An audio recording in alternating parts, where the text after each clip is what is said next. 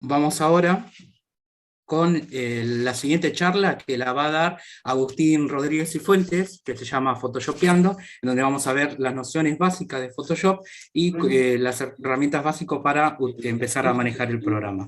Lo presento. Agustín Cifuentes es estudiante avanzado del último año de arquitectura de la UBA La FADU, está como profesor, como docente en la cátedra Alejandro Abaca, y también es artista digital. Te dejo la palabra y bienvenido, Agustín.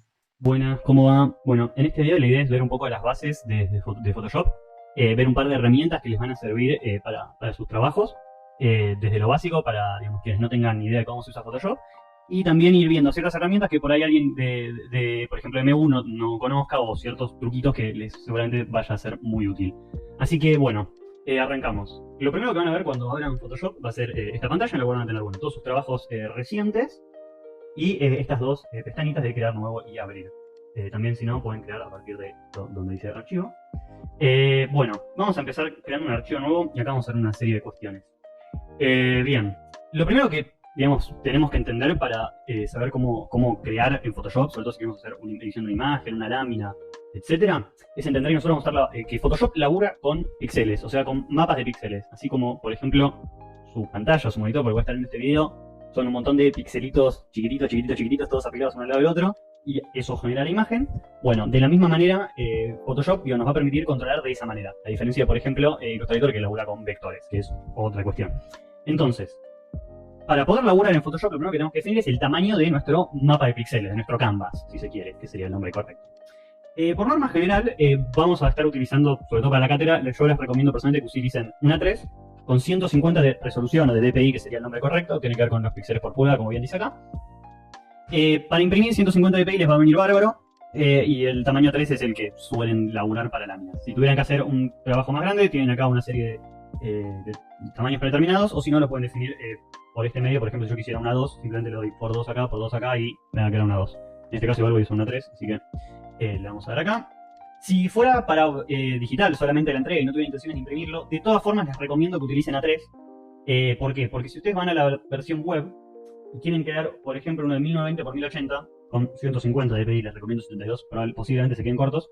No va a estar mal, pero en el momento que quieran hacer un poquitito de zoom, ya se va a empezar a pixelar. Y para generar láminas, que por lo general son varios dibujos o cuestiones gráficas, solemos hacer mucho zoom muchas veces, entonces, nada, que se pixele por ahí no está tan bueno. Entonces, si laburan con una 3, ya es como un tamaño de imagen que en medio nos va a permitir hacer un zoom interesante en sus láminas. Así que bueno, le vamos a crear acá. Esto lo pueden dejar como está, no hay mucha vuelta más que darle. Esto nada más es si quieren ver distintas maneras de medirlo. Después, las mesas de trabajo, algunos por ahí lo tienen predeterminado como tildado. Les recomiendo que lo destilden por ahora, si no saben usar Photoshop y no saben lo que es una mesa de trabajo. Después en el video lo vamos a ir viendo que es una mesa de trabajo y les va a servir. El resto lo pueden dejar así como está, le pueden mandar 16 bits, pero no es necesario. Ya con esto ya tenemos suficiente como para empezar a laburar. Creo que me confundí, o supongamos que se confundieron y agarraron un tamaño que no les interesa. Bueno, pueden ir a tamaño de imagen, la herramienta, me salió por este lado, y pueden modificar acá ya sea el DPI o el tamaño de imagen, etcétera, etcétera, etcétera. Al final no me confundí, así que lo vamos a dejar así como está. Bien, bueno, esto que tenemos acá es lo que se llama el canvas.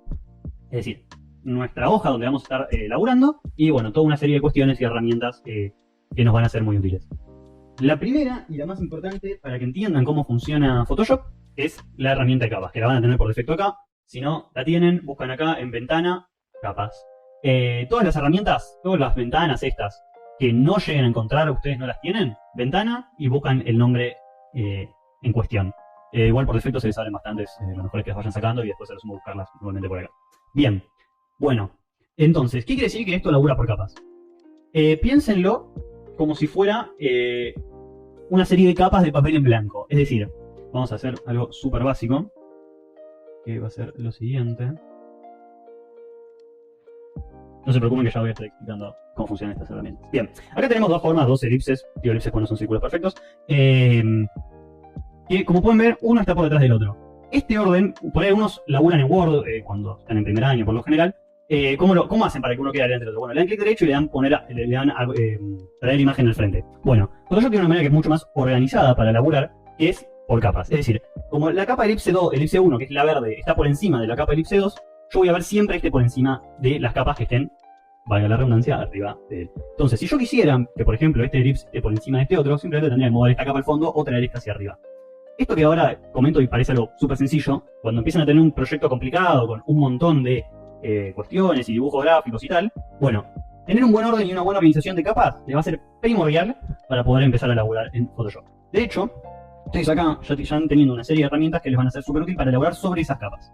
Este cosito de más para poner más capas, y este que va a ser súper útil es para agrupar las capas. ¿Ves? Yo entonces ahora puedo, por ejemplo, quedarme el grupo, elipses, qué sé yo, por ejemplo, y esto que ahora puede parecer súper sencillo, y digamos, no sé, poder empezar a hacer un montón de cuestiones a partir de estas capas, van a ver que más adelante va a ser algo primordial para poder empezar a elaborar. Como se dan cuenta, si yo clico en una parte de la capa, ese grupo se me va a abrir. Después, otra manera más para organizarse es ponerle colorcitos a las capas. Esto, sobre todo cuando laburan en grupo, les va a ser súper útil. No sé, ponerle tal, tiene las capas que están en color violeta, tal, hace las verdes, y etcétera. Para un tema de organización, laburar con carpetas les va a ser súper útil porque, nada, hay proyectos que ya van a tener 100, 200, 300 capas. Y, nada, 300 capas desordenadas, todas puestas así, es un quilombo importante. Entonces, nada, les recomiendo que empiecen a ser organizados, organizadas, cuando laburan con capas, porque es primordial para poder ser eficientes y prácticos a la hora de trabajar con Photoshop. Bueno, suficiente capas por ahora. Después vamos a volver, pero bueno, de momento vamos a empezar a ver un poco de cuestiones que tienen que ver con el manejo básico de Photoshop. Para eso me voy a ayudar de una serie de imágenes que las voy a copiar directamente al Photoshop. Este cartel que les va a salir, no le den mucha bola. Básicamente habla de que hay otro código de color con el que están laburando ustedes. Seguimos. Bueno, lo que hice fue pasarme todas estas imágenes, digamos, las hice arrastrándolas y dándole OK al perfil de color, que eso igual no le den mucha bola, no es nada relevante. ¿Qué pasa cuando yo arrastro una imagen? Si habíamos dicho que elaboramos con un canvas y un mapa de píxeles predeterminado. Bueno, pues que lo que nos va a crear va a ser un mapa con el tamaño de píxeles que tenía esa imagen por defecto. Entonces, por ejemplo, esta imagen tiene 1200 píxeles, pero esta imagen, que es de bastante peor calidad, como pueden ver, de hecho ya ven que se me empieza a pixelar. Si yo hago zoom, zoom, zoom, en cualquier proyecto ya me va a dar todos los píxeles, que es efectivamente como elabora Photoshop. Como pueden ver, esta imagen es bastante, tiene una resolución bastante pobre. ¿Qué pasa si yo arrastro y me acostumbro a arrastrar totalmente todo el tiempo imágenes? Bueno, que el canvas que se nos va a crear va a tener ese tamaño. Después lo podemos modificar. Pero ya vamos a arrancar con una cuestión que nos puede llegar a complicar, y vamos a verlo comparando esta calidad de imagen. Como pueden ver, está bastante bien. Y la vamos a comparar con esta, que es bastante chica. Bueno, ¿qué pasaría si yo quiero laburar con esta herramienta y la otra imagen previa, que era esta? Bueno, que acá me la va a poner y me va a adaptar el tamaño de la imagen original con la cual arranqué a crear ese archivo. ¿Qué pasa con eso? Bueno, que cuando yo lo creo, esta imagen se me adaptó a ese tamaño de píxeles que tenía antes. Entonces, ahora esta imagen perdió muchísima resolución. ¿Ven la diferencia? Entre esto y esto. Ahí por ahí se lo más lo mejor. Nada. Importante siempre, si van a elaborar con muchas imágenes, darle bola al tamaño del canvas. Posiblemente lo mejor sea siempre crearlo como lo creamos recién, que es con este canvas original, diciéndole el tamaño del archivo que queremos tener. Y a partir de ahí empezar a arrastrar las imágenes, ¿no? Simplemente. Bien. Y una vez que nos carga, le damos acá. Listo. Y se mantiene el tamaño original de la imagen, que como es más chica que este canvas, lógicamente, digamos, llega hasta el tamaño original. Si es más grande no se adapta, si es más chica llega hasta donde llegó. Bien. Vamos a ver otra cosa más que tiene que ver con las imágenes. Y vamos a tomar una imagen que va a funcionar exactamente igual que una forma, una elipse en cuanto al manejo. Después, obviamente, las formas tienen otras características que las vamos a ver más adelante. Y la quiero rescalar o mover o rotar. Bueno, con control T voy a poder rescalarlas, rotarlas, etcétera, etcétera, etcétera. Bueno, bien, volvemos. Un pequeño paréntesis. Por cuestiones de tiempo, lo que vamos a ver acá, obviamente, como avisé en un inicio, son las cuestiones más básicas de Photoshop y un par de herramientas que les van a ser útiles. ¿Esto qué quiere decir? Que ustedes no es que ahora ya terminan este video y son unos masters capos del Photoshop. Photoshop es un programa completísimo que van a usar acá hasta el día que se reciban y cuando se reciban también. Entonces, digamos, van a tener que seguir aprendiéndolo el programa. Para ello pueden usar siempre nuestro siempre confiable YouTube y obviamente consultar a sus docentes si hay algo que no sepan hacer. Esto digo más enfocado a los alumnos de MG que, nada, por si les queda alguna duda, nada, la idea es acá que ustedes salgan con una base para poder empezar a laburar, pero obviamente un montón de cuestiones específicas van a tener que, nada, descubrir cómo hacerlas de manera autodidacta, porque si no este video duraría 8 horas y no 20 o 30 como debería estar planteado. Bien, volvemos a las herramientas de Photoshop. Vamos a hacer un paso súper rápido de cómo funcionan y un par de cuestiones más que les van a ser súper útiles. Bien. La herramienta mover, y otro paréntesis más. A partir del 2020, si ustedes se paran en la imagen, van a tener un mini video de cómo funciona. Les va a servir bastante, sobre todo para herramientas que no funcionan. Igual tranqui que yo ahora voy a explicar las principales y las que van a usar posiblemente la mayoría del tiempo. Bueno, bien, herramienta mover. La herramienta mover, como su nombre lo indica, nos va a servir para mover y para seleccionar lo que pase en pantalla. Si yo, por ejemplo, ahora traigo una serie de elipses, no importa, ahí. Y yo quisiera seleccionar, como bien hablamos antes, esto nos selecciona la capa, yo no estoy moviendo toda la imagen. Si yo quisiera moverlo todo junto, tranquilamente me voy para fuera del canvas, selecciono todo y muevo todo junto. Bien, vamos a ver dos herramientas de la herramienta mover. Estoy seguro que la mayoría, aunque crean que sean de Photoshop, probablemente una de estas dos no la conozcan, que son las siguientes: selección automática y mostrar contorno de transferencia. Bien, ¿para qué sirve cada una? La selección automática yo les recomiendo tenerla siempre prendida. Básicamente implica que si yo toco esta capa, por ejemplo esta elipse, ven que acá me lo selecciona. Si toco este, bueno, va seleccionando automáticamente donde yo hago clic. Esto, si yo lo desactivo y ven que tenía seleccionada esta elipse, por más que yo toque acá, haga clic donde quiera, voy a estar siempre moviendo esta elipse. Cuando tengan imágenes muy grandes, puede ser que tengan que eventualmente desactivar esta selección automática, porque empieza a laburar mal o tienen que hacer demasiado zoom y es más rápido buscarlo directamente por el selector de capas. Si laburaron organizadamente, como comenté anteriormente, que les convenía hacer. Bien. Otra opción es mostrar contorno de transferencia, que este lo van a usar toda la vida. De hecho, les recomiendo que lo tengan activado, porque una vez que empiezan a tener, no sé, 20 capas, 50 capas, y por ahí tienen muchas cosas juntas, pero no tantas cosas superpuestas, bueno, está bueno, tipo, pone el selector automático, ir viendo, entonces yo ya sé qué estoy tocando, y además ya directamente puedo empezar a rescalar. Si quisiera rescalar de otra manera, ¿cómo hago? Bueno, control T, o sea, yo selecciono, supongamos que yo esto lo tengo apagado, selecciono la imagen, control T, ya puedo rescalar, o puedo, por ejemplo, distorsionar, que, bueno, nos va a servir para, por ejemplo, cuando quieran hacer un punto de fuga, ustedes pueden, por ejemplo, agarran la regla, que la regla, si no la tienen activada, control R, con control R se la ponen, entonces, qué sé yo, se podrían poner la línea de horizonte, después ponen los puntos de fuga donde quisieran fugar, qué sé yo, mandan acá y dicen, bueno, este es el punto de fuga, y a partir de eso empiezan a distorsionar la imagen para que les quede mejor. Un pequeño dato de color, que no lo vamos a ver por cuestiones de tiempo, pero si van a laburar con dibujos muy complejos de perspectiva, les recomiendo que empiecen a buscar cómo funciona el filtro punto de fuga. Nada, es bastante complejo, me tardaría, creo que el total del tutorial en explicarlo bien, entonces, nada. Si alguien labura con proyectos complejos les va a servir, igualmente ya con esto, nada, van a poder moverse totalmente tranquilos. Bien, vamos a ver otra herramienta útil, que es la pestaña historia, que lo sacan desde acá, que nos va a servir para, en vez de darle 400 veces al control Z, simplemente buscan acá qué es lo que hicieron y pueden volver a el momento, digamos, en el que están laburando, de manera mucho más rápida que hacer 47 veces control Z. Postdata, si ustedes tienen una versión vieja de Photoshop, van a tener que hacer control Shift Z en vez de control Z, porque si hacen control Z va a pasar esto. Y después les va a pasar esto. Si apretan de vuelta, les va a pasar, va a funcionar como un rehacer. Entonces, nada, eso, control shift Z y hacen todos los control Z que quieran. Bien, suficiente la herramienta mover. Vamos a la herramienta mesa de trabajo, que era lo que se había mencionado anteriormente. Bueno, básicamente, y es muy útil esto cuando tengan que usar muchas láminas, la herramienta mesa de trabajo nos va a servir para crear una serie de canvas y poder estos canvas a su vez duplicarlos. Entonces, supongamos que yo tengo que hacer, no sé, 3 láminas del mismo tamaño. Bueno, me armo acá la mesa de trabajo y en vez de tener que tener 3 archivos abiertos de Photoshop, los laburo todos en la misma mesa de trabajo. Esto tiene una desventaja, que es que el archivo lógicamente va a ser más pesado. Eso obviamente va a depender del potencial de su compu y de, digamos, el tamaño, la cantidad de capas, el tamaño de imagen, etcétera, etcétera, etcétera. Bien, una última cosa que vamos a ver en ese trabajo, yo no me molesto más con esto. Ustedes por lo general, si tienen una idea mínima de Photoshop, saben que si quieren guardar una imagen, simplemente van a guardar como, y acá le dan tipo y le dan a JPG. Que no es la manera correcta.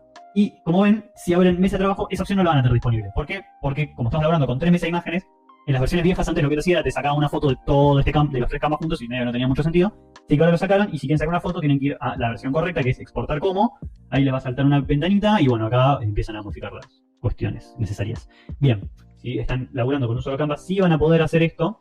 Bueno, ahora no puedo porque lo creé como mesa de trabajo, pero si ustedes están laburando con un canvas que nunca fue mesa de trabajo, lo van a tener habilitado. Igualmente, intenten siempre exportar como JPG o como sea la manera que van a hacer, va a ser bastante más práctico y más correcto hacerlo de esta manera. Por ejemplo, no sé, esto que no es una mesa de trabajo y nunca lo fue, ven que pueden guardarla como JPG o bueno, diferentes formatos. Igualmente, les recomiendo que siempre usen la opción exportar como. Bien, seguimos.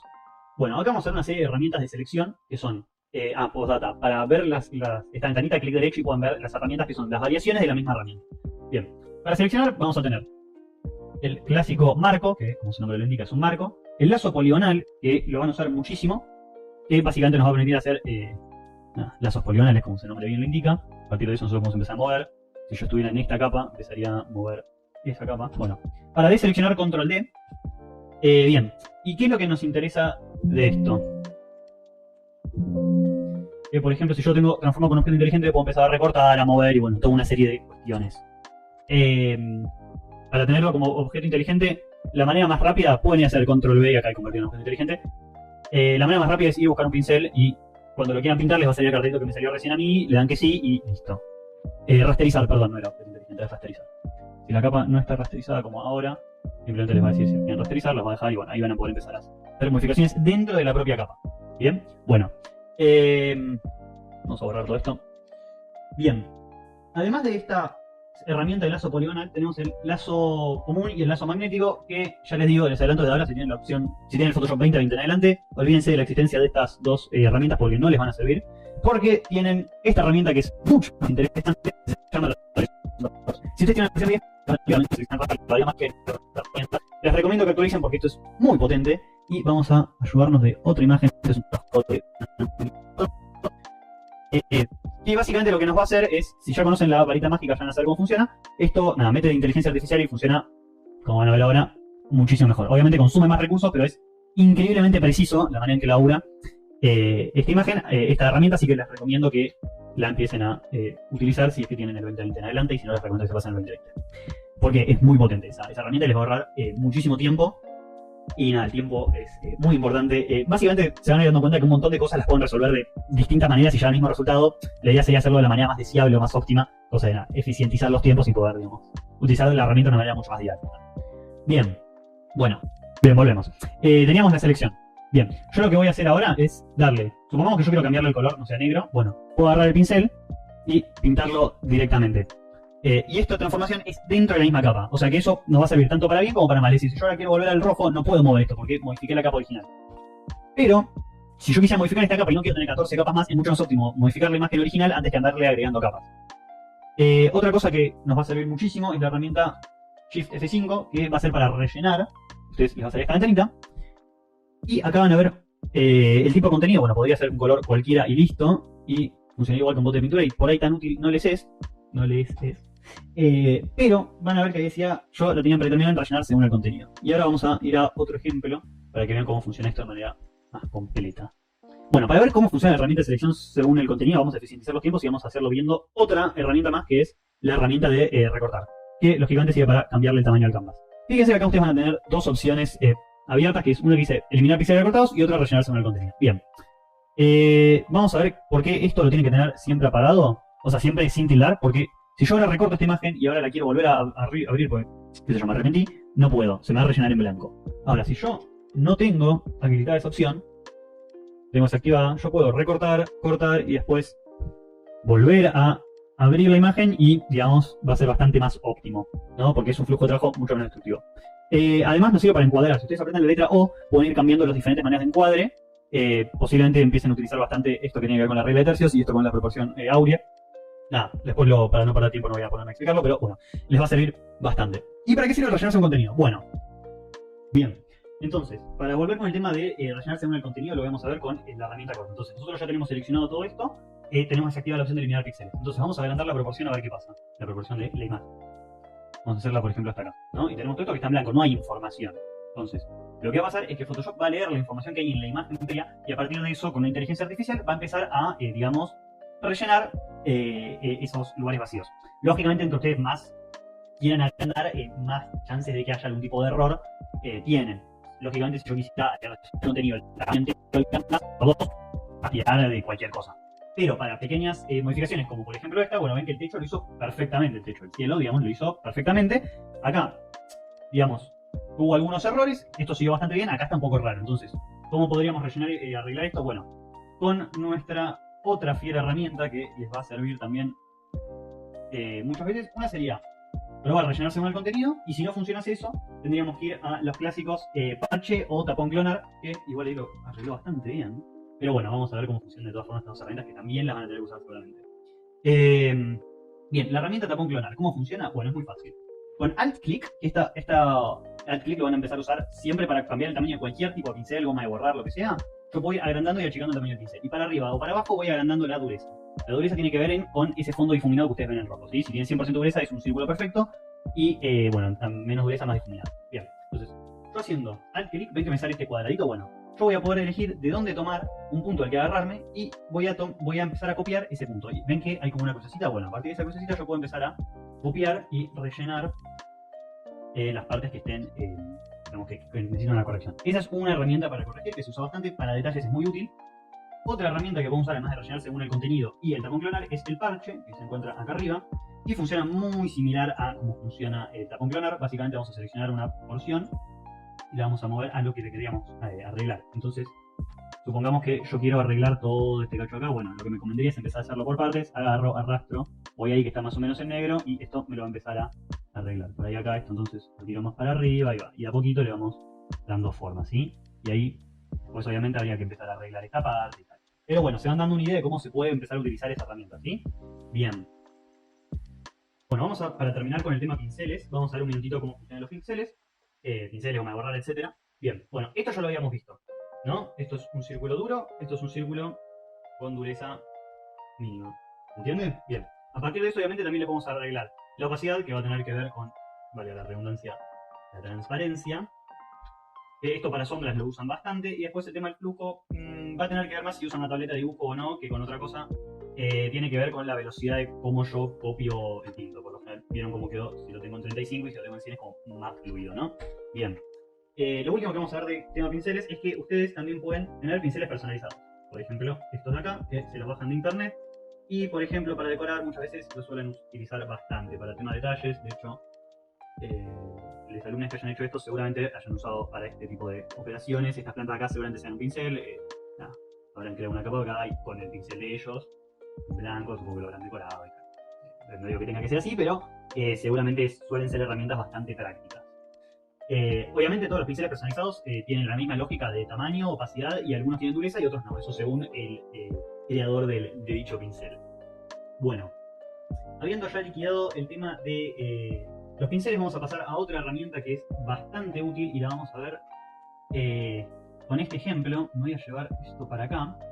Ven como el tamaño de una imagen, como habíamos dicho al principio, una es más grande que la otra, entonces estas se nos pasan el tamaño original. Control T para rescalarla. Lógicamente esta imagen que es más chica va a quedar pixelada, no es parte de magia, va a ser pixelada. Pero bueno, para los propósitos de este trabajo va a servir suficientemente bien. Bueno, ¿qué vamos a hacer con esto habiendo aprendido? Lo que tenemos recién del pincel, vamos a ponernos un pincel determinado, como puede ser este, con una dureza chica, y le vamos a bajar el tamaño. Y vamos a crear lo que se llama máscara de recorte, que básicamente lo que nos va a permitir es poder modificar una imagen de manera no destructiva, ¿sí?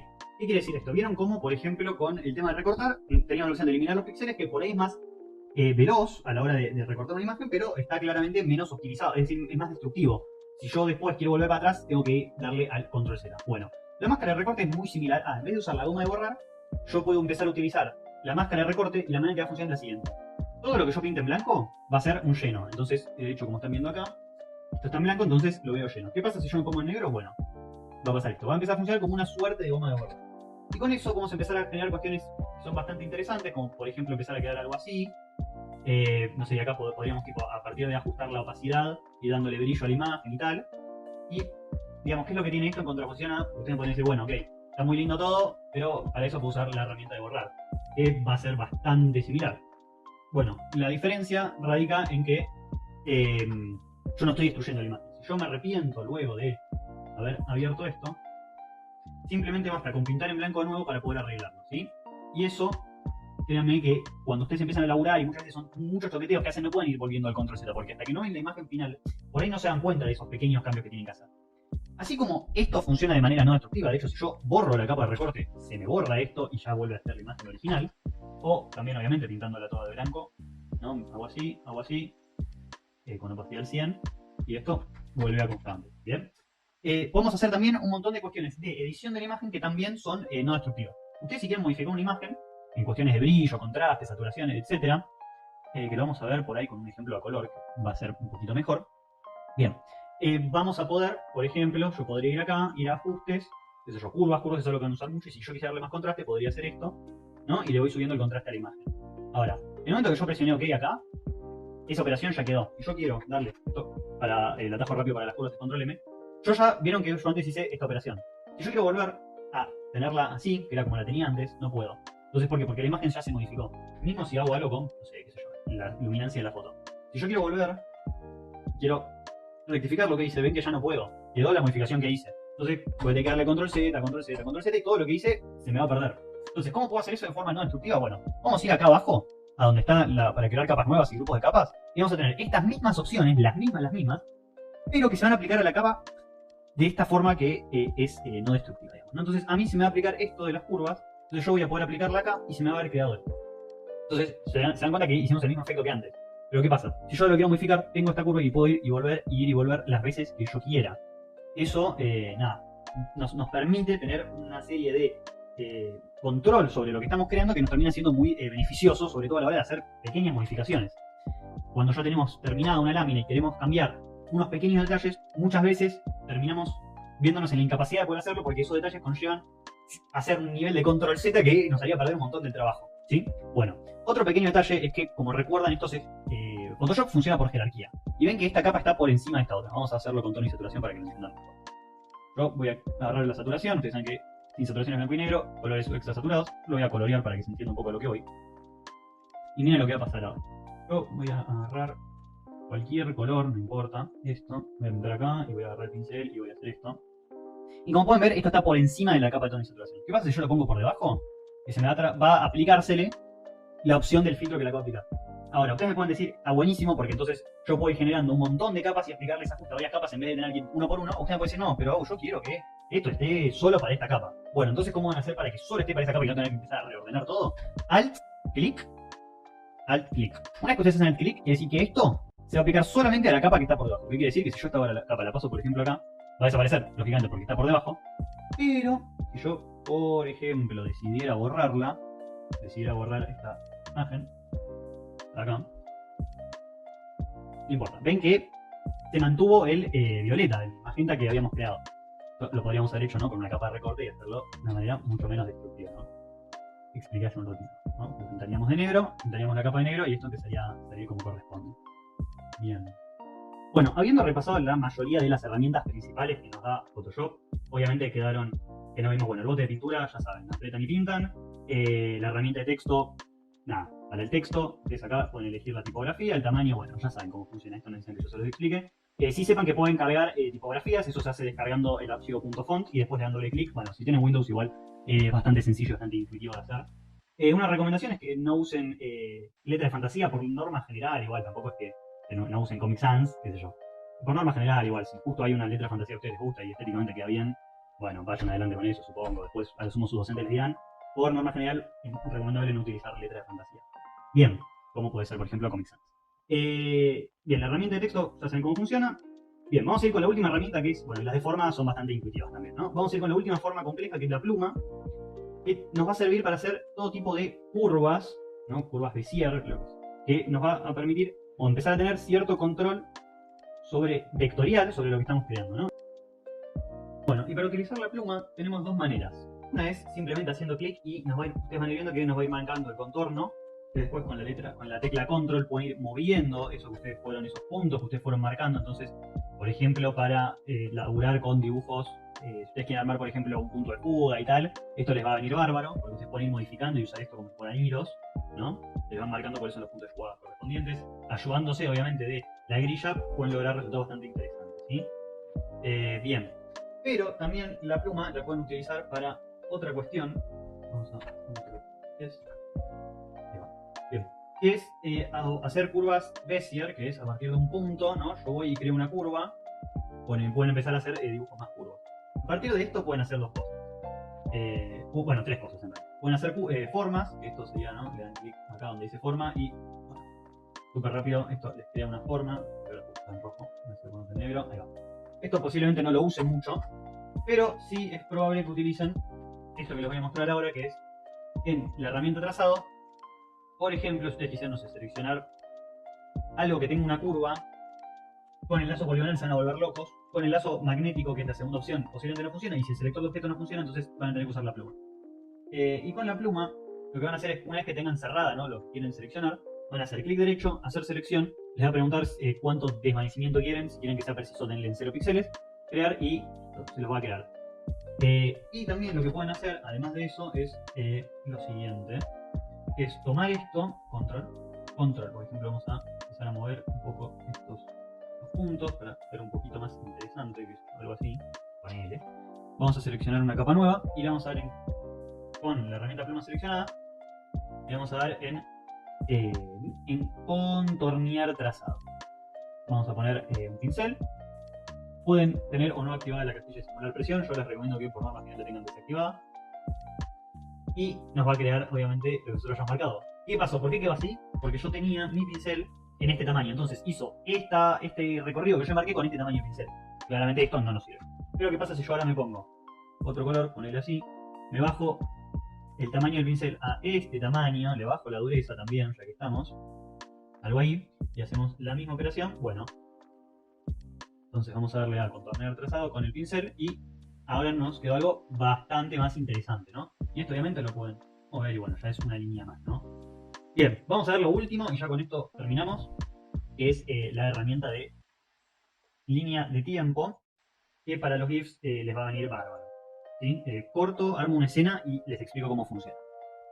Bueno, habiendo armado una escena, una pequeña escena a modo de ejemplo, vamos a ver cómo funciona la línea del tiempo. Bien, entonces, lo primero que tenemos que entender para la línea del tiempo es que lo que va a suceder es que una vez que nosotros creemos la animación, la manera en la que va a funcionar esta línea de tiempo, que va a ser por frames, es decir, frame por frame, es decir, esto es útil para hacer GIFs, no es útil para hacer animaciones fluidas, de hecho va a ser bastante ineficiente si queremos hacer animaciones fluidas, porque vamos a intentar hacer una cantidad importante de GIF, de frames, para tener fluidez. 24 por segundo sería lo que ven por la tele, entonces, así, para un segundo de animación, 24 frames, medio que va a ser bastante, entonces.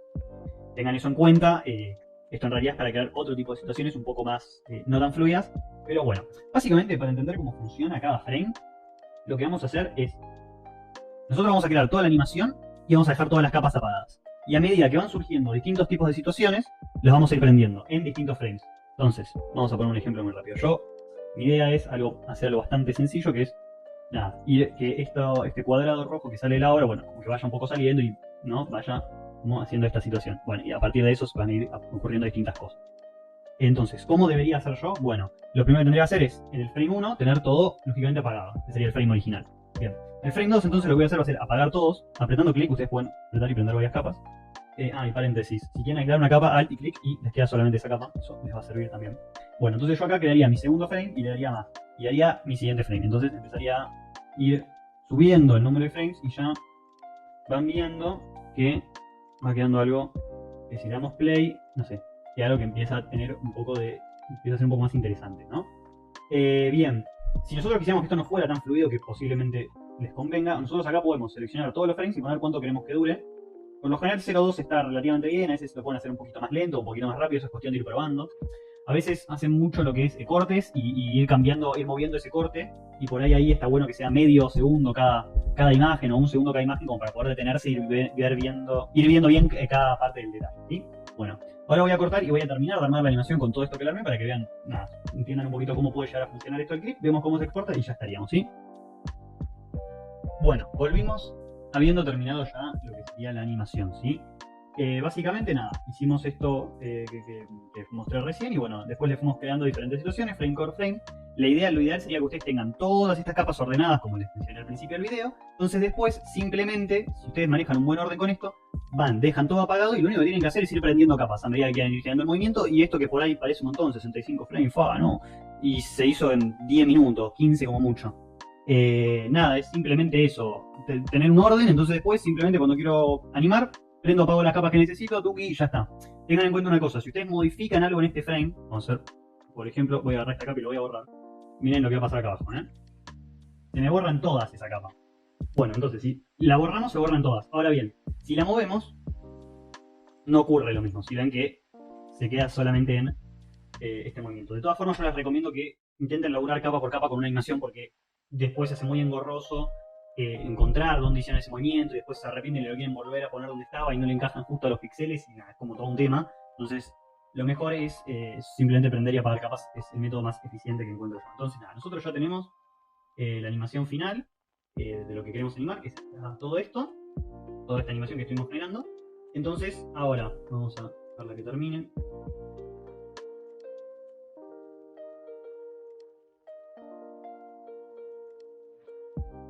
Bien, y una vez que ya termino, vamos a ir a...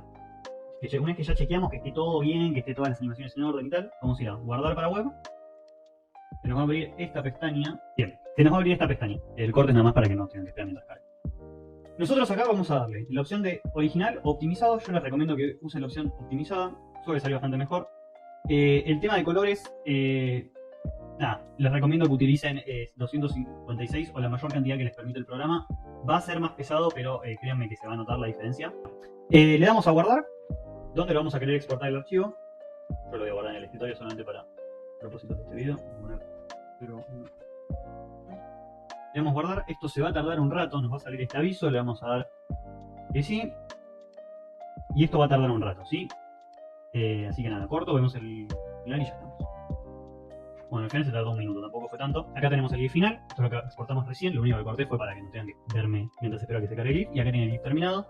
Evidentemente, si le queremos modificar algo, habría que reexportarlo desde Photoshop. Pero bueno, creo que con esto ya podríamos dar finalizada la charlita de Photoshop. Espero que les haya servido. Y bueno, cualquier duda nos pueden contactar en los nodos docentes o por Telegram. Bueno, nos vemos. Chao.